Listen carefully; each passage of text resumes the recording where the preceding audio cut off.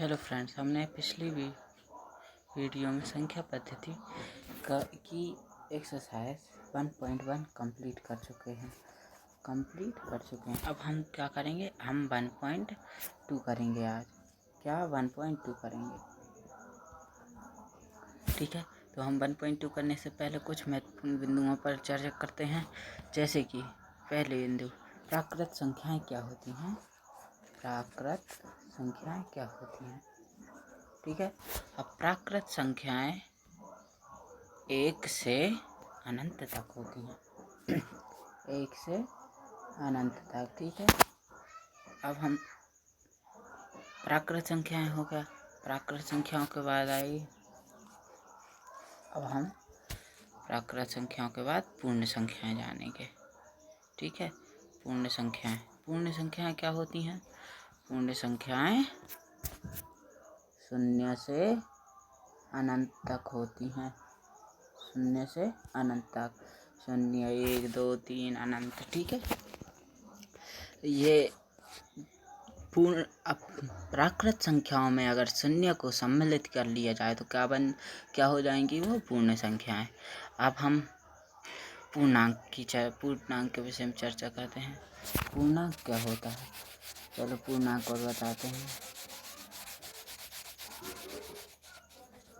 पूर्णांक minus infinity से 0 बीच में आएगा और प्लस इन्फिनिटी, मतलब माइनस अनंत से प्लस अनंत तक क्या होती हैं, पूर्णांक होते हैं। चलो ठीक है। अब हम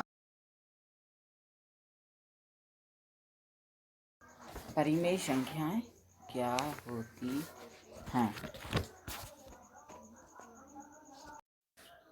सो फ्रेंड्स, हम पहले परिमेय संख्याओं के बारे में सोचेंगे। परिमेय संख्याएं क्या होती हैं। परिमेय संख्याएं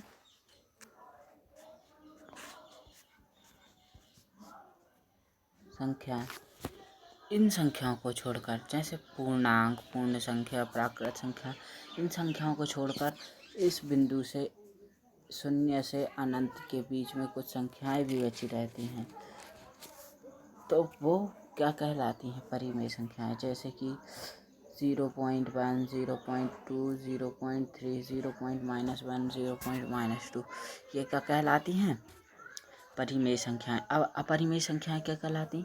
अपरिमेय संख्याएं इसमें इसमें 0 से अनंत के बीच अब कुछ संख्याएं करनी में भी रहती हैं। करनी 2, करनी 3, करनी 1, ये क्या कहलाती हैं, ये अपरिमेय संख्याएं कहलाती हैं। तो और यदि हम इन सभी का संग्रह करें तो वो क्या कहलाती हैं, वास्तविक संख्याएं। मतलब इन सभी को एक साथ एक रूप में लिखा जाए तो क्या कहलाती हैं, वास्तविक संख्याएं, ठीक है। वास्तविक संख्याएं ये कहलाती हैं, और इन्हें हम रियल नंबर्स कहते हैं इंग्लिश में। चलो फ्रेंड्स, अब शुरू करते हैं। पहला प्रश्न है, निम्न कथनों में से कौन से सत्य और कौन से असत्य हैं, तर्क सहित उत्तर दो। करते हैं शुरू। प्रत्येक अपरिमेय संख्या एक वास्तविक संख्या होती है। सत्य, प्रत्येक अपरिमेय संख्या एक वास्तविक संख्या होती है। चूँकि वास्तविक संख्याएं परिमेय और अपरिमेय संख्याओं का समूह होता है। अब भी हमने पढ़ा था, वास्तविक संख्याओं को क्या कह सकते हैं, वास्तविक संख्याओं बराबर परिमेय संख्याएं धन अपरिमेय संख्याएं, ये क्या कहलाता है, इसलिए हम इसे सत्य कह सकते हैं।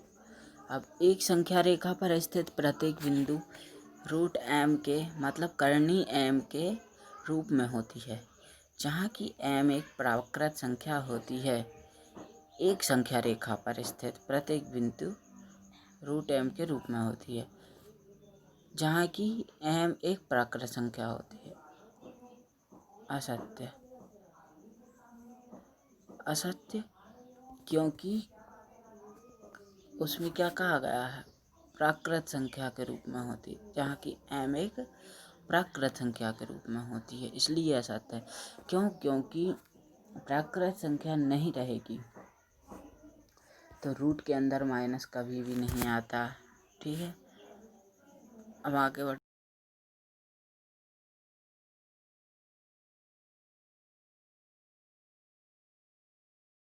वास्तविक संख्या में परिमेय संख्या भी आती हैं और अपरिमेय संख्या भी आती हैं। ठीक है, तो अब हम दूसरे प्रश्न की ओर चलते हैं। दूसरा प्रश्न, क्या सभी पूर्णांकों के वर्गमूल अपरिमेय संख्या होते हैं? क्या सभी पूर्णांकों के वर्गमूल अपरिमेय संख्या होते हैं? नहीं। अभी मैंने बताया था कि उसके अंदर रूट के अंदर कभी भी माइनस नहीं आता, वर्गमूल के अंदर कभी भी माइनस नहीं आता। ठीक है, यानी कि परिमेय संख्या, क्या सभी पूर्णांकों के वर्गमूल अपरिमेय संख्या होते हैं? यदि नहीं तो किसी संख्या के वर्गमूल का उदाहरण दीजिए जो परिमेय संख्या हो। तो अब हम करते हैं नहीं। ठीक है, क्योंकि उसके अंदर कभी माइनस नहीं आता और उसमें सभी पूर्णांक कहा गया है, तो पूरे पूर्णांक तो हम ले नहीं सकते, तो इसमें केवल प्राकृत संख्याएं और पूर्ण संख्याएं ले सकते हैं। तो हम एक उदाहरण देते हैं उन्हें। ये क्या है? एक परिमेय संख्या है। 3 क्या है? एक परिमेय संख्या है। इसका वर्गमूल कितना है? करनी 9।